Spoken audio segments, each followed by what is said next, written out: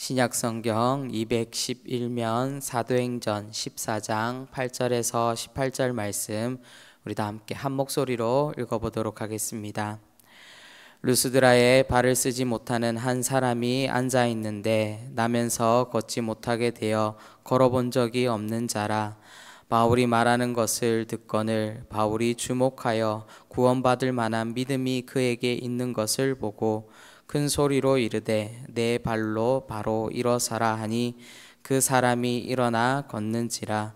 무리가 바울이 한 일을 보고 루가오니아 방언으로 소리 질러 이르되 신들이 사람의 형상으로 우리 가운데 내려오셨다 하여 바나바는 제우스라 하고 바울은 그 중에 말하는 자이므로 헤르메스라 하더라. 시외 제우스 신당의 제사장이 소와 화환들을 가지고 대문 앞에 와서 무리와 함께 제사하고자 하니 두 사도 바나바와 바울이 듣고 옷을 찢고 무리 가운데 뛰어 들어가서 소리 질러 이르되 여러분이여 어찌하여 이러한 일을 하느냐. 우리도 여러분과 같은 성정을 가진 사람이라. 여러분에게 복음을 전하는 것은 이러한 헛된 일을 버리고 천지와 바다와 그 가운데 만물을 지으시고 살아계신 하나님께로 돌아오게 함이라.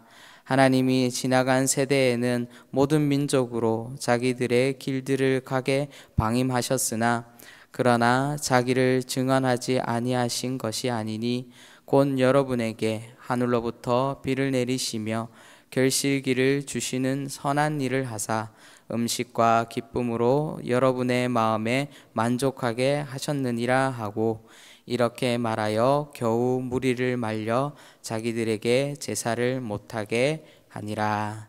아멘. 우리가 사도행전 13장을 보면 유대인들에 의해서 바울과 바나바는 더 이상 비시디 안디옥에서 전도할 수 없게 되었다라는 그 사실을 우리가 함께 나누었습니다. 그리고 14장으로 넘어오면서 바나바와 바울은 갈라디아 남부에서 다시금 복음을 전하게 됩니다. 14장에는 크게 세 군데에서 복음을 전했다라는 사실을 우리가 말씀을 통하여서 알 수 있는데요. 이 세 지역을 보면은 이고니온 그리고 루스드라, 더베라는 이 세 지역에서 복음을 전하였습니다. 오늘 우리가 함께 읽은 본문은 바로 루스드라에서 사도 바울 일행이 복음을 전한 이야기입니다. 비시디아 안디옥에서도 마찬가지였지만 바울과 바나바가 복음을 전하는 그 곳곳마다 이에 상응하는 고통과 고난이 동반되었음을 우리는 함께 묵상하였습니다. 갈라디아 남부 이고니온에서도 분명 복음을 받아들이고 환대하는 사람들이 있었던 반면에 이와 반대로 이 복음을 부정하여서 이들을 핍박하는 자들도 있었습니다.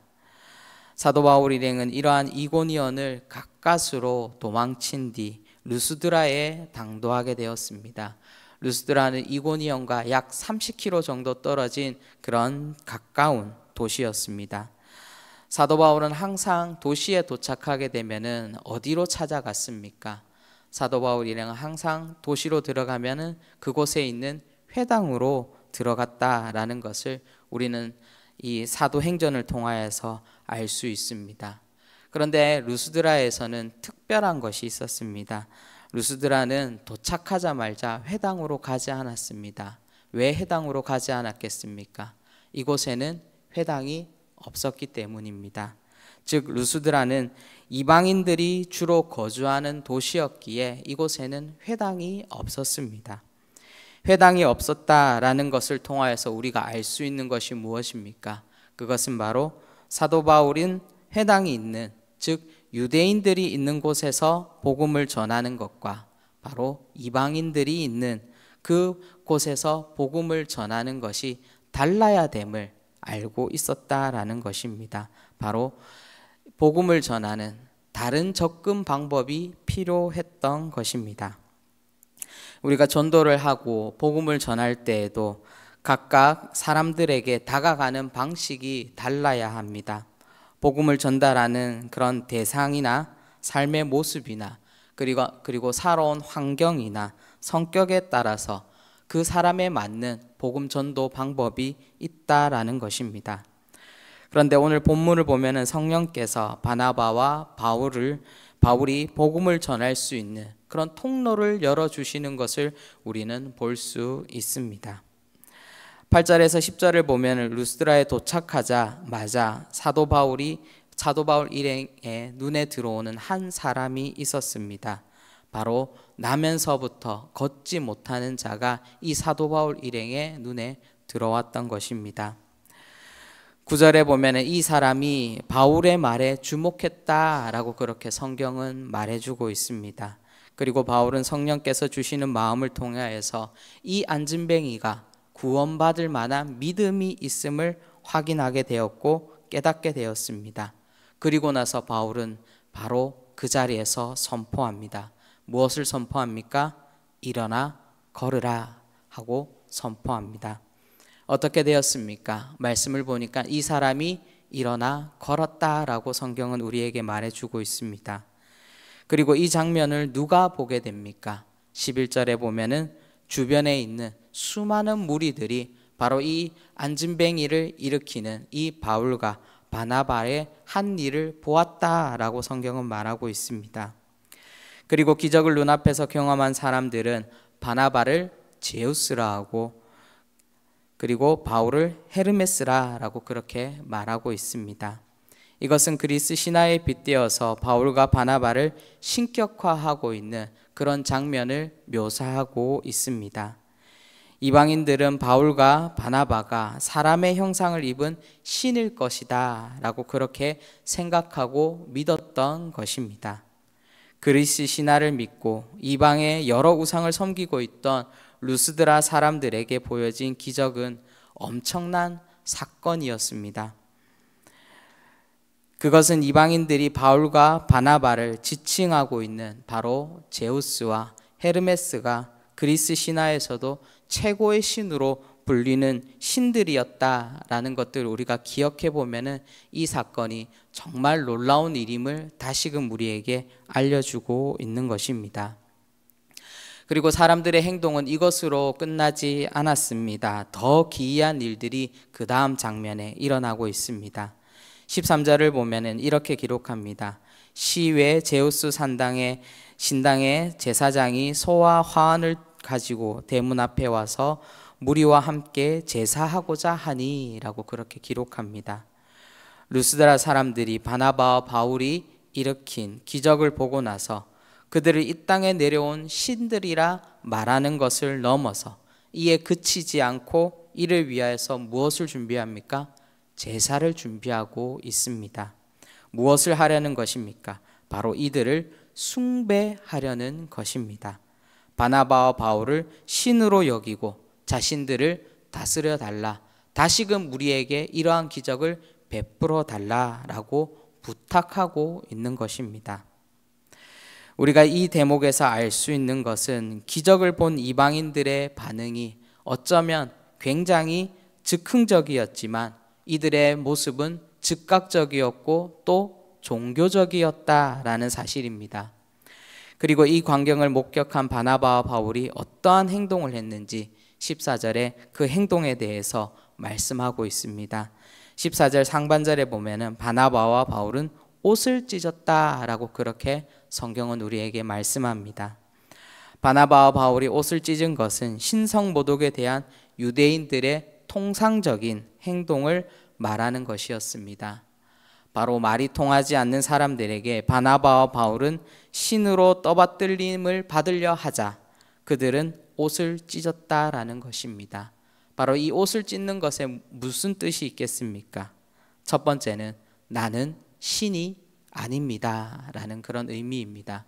그리고 두 번째로는 우리는 하나님 앞에서 나약한 존재이며 우리는 죄인일 수밖에 없습니다 라는 것을 바로 몸으로 행동으로 보인 것입니다.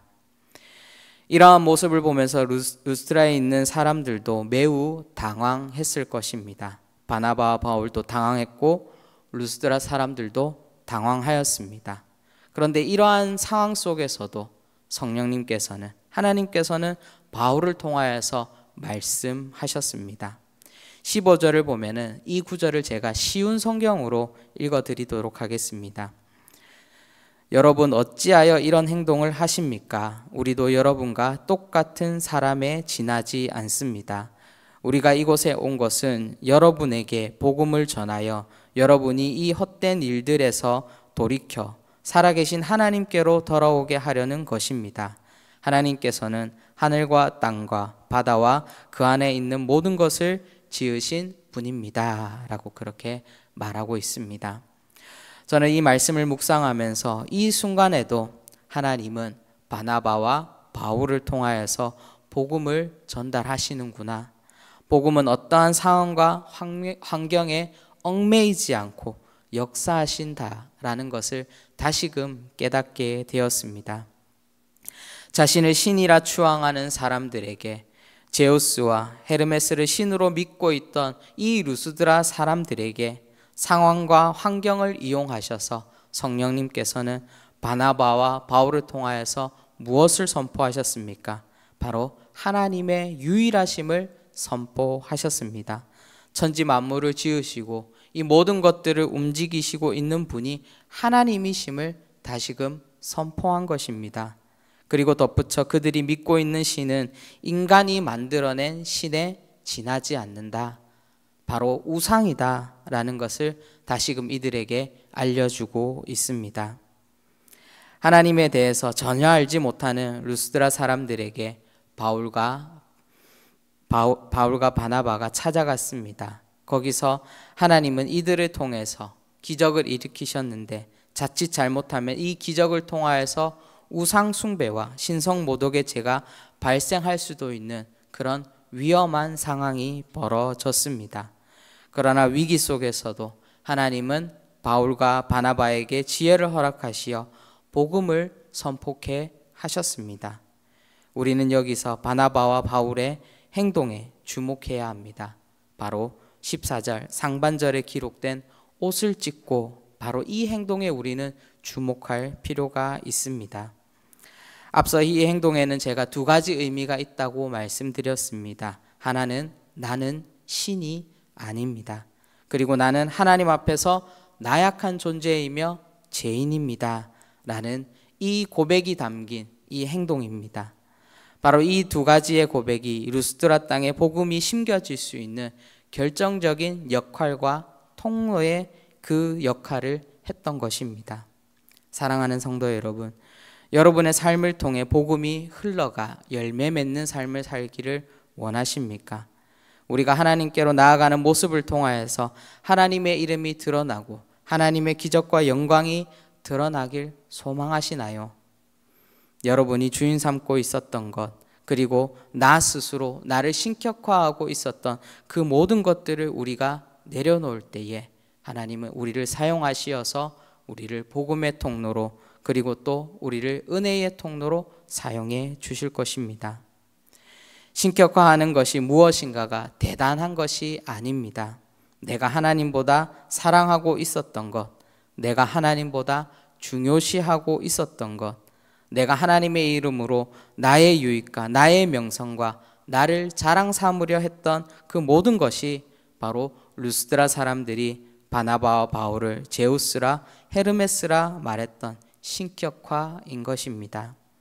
우리가 오늘도 하나님 앞에 기도할 때에 주님, 나를 내려놓을 수 있도록 나를 인도하여 주시옵소서. 나의 나된 것 하나님의 은혜이오니 나는 하나님 앞에서 나약하고 부족하고 연약한 존재이오니 하나님, 우리를 긍휼히 여기사 우리를 주님의 통로로, 주님의 은혜의 통로로, 복음의 통로로 우리를 사용하여 주시옵소서. 기도하며 나아갈 수 있는 여기에 모인 우리 모든 대도의 성도님들 되시기를 주님의 이름으로 축원드립니다. 기도하도록 하겠습니다.